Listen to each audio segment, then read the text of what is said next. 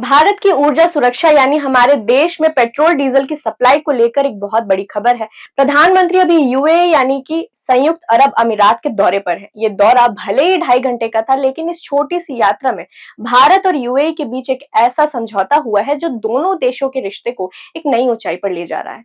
इस डील की सबसे बड़ी बात यह है कि अबू धाबी अब भारत के पेट्रोलियम रिजर्व में 3 करोड़ बैरल तक कच्चा तेल यानी कि क्रूड ऑयल स्टोर करेगा। जी हाँ, आपने बिल्कुल सही सुना, 3 करोड़ बैरल। दरअसल प्रधानमंत्री मोदी और यूएई के राष्ट्रपति मोहम्मद बिन जायद अल नाहयान के बीच एक हाई लेवल मीटिंग हुई। इसके बाद भारत के विदेश सचिव विक्रम मिश्री ने शुक्रवार को बताया कि Indian strategic petroleum reserve limited और अबू धाबी की सरकारी तेल कंपनी एडीएनओसी के बीच एक बड़ा समझौता हुआ है।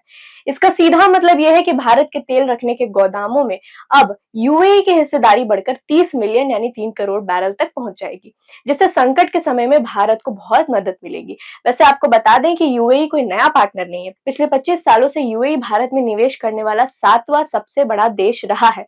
लेकिन इस बार बात सिर्फ कच्चे तेल तक नहीं रुकी।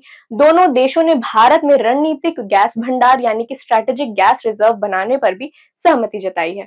इसके साथ ही इंडियन ऑयल कॉर्पोरेशन और एडीएनओसी के बीच लंबे समय के लिए एलपीजी सप्लाई का भी समझौता हुआ है। यानी अब एलएनजी, एलपीजी और कच्चे तेल तीनों मामलों में यूएई भारत का बहुत बड़ा और मजबूत साथी बनकर उभरा है। अब बात करते हैं पैसों की और दूसरे सेक्टर की। ऊर्जा के अलावा यूएई ने भारत में $5 अरब के भारी भरकम निवेश का ऐलान किया है। ये पैसा भारत के बैंकिंग, इंफ्रास्ट्रक्चर और फाइनेंशियल सेक्टर्स में आएगा।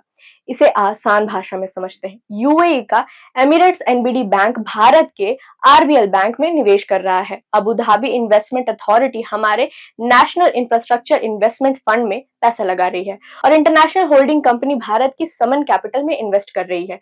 बात बस यहीं खत्म नहीं होती। रक्षा सहयोग, शिप बिल्डिंग और टेक्नोलॉजी में भी बड़े कदम उठाए गए हैं। भारत के कोचिन शिपयार्ड लिमिटेड और दुबई की ड्राईडॉक्स वर्ल्ड के बीच समझौता हुआ है। इसके तहत भारत के वाडिनार में एक शिप रिपेयर क्लस्टर बनाया जाएगा और समुद्र के क्षेत्र में लोगों को हुनरमंद बनाने के लिए एक एक्सीलेंस सेंटर भी खोला जाएगा। तकनीक की दुनिया में भारत के एआई मिशन को रफ्तार देने के लिए दोनों देशों ने भारत में 8 एक्साफ्लॉप सुपर कंप्यूटर सुविधा बनाने के लिए टर्म शीट पर साइन किए हैं। इसके अलावा समुद्री व्यापार को आसान और तेज बनाने के लिए दोनों देशों के बंदरगाहों के बीच मैत्री नाम का एक वर्चुअल ट्रेड कॉरिडोर भी लागू कर दिया गया है।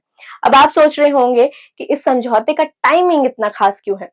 इस समय पश्चिमी एशिया यानी कि मिडिल ईस्ट में काफी तनाव का माहौल है। पूरी दुनिया में तेल की सप्लाई को लेकर चिंता बनी हुई है। खास करके स्ट्रेट ऑफ हॉर्मुज में बढ़ते तनाव ने सबकी धड़कनें बढ़ा दी हैं।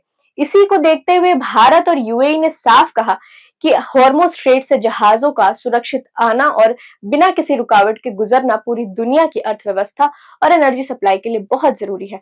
भारत ने यूएई पर हाल ही में हुए हमलों की कड़ी निंदा की है और संकट में यूएई के साथ खड़े रहने का वादा किया है। आखिर में पीएम मोदी ने यूएई के राष्ट्रपति को भारत आने का न्योता भी दिया। तो कुल मिलाकर पीएम मोदी का ये 2.5 घंटे का दौरा भारत के लिए बेहद फायदेमंद साबित हुआ है, जो देश की सुरक्षा, तकनीक और इकोनॉमी को नया बूस्ट देगा। फिलहाल के लिए इतना ही। देश और दुनिया की तमाम खबरों के लिए जुड़े रहें प्रभात खबर के साथ। नमस्कार। प्रभात खबर .com, विश्वास वही, रफ्तार नहीं।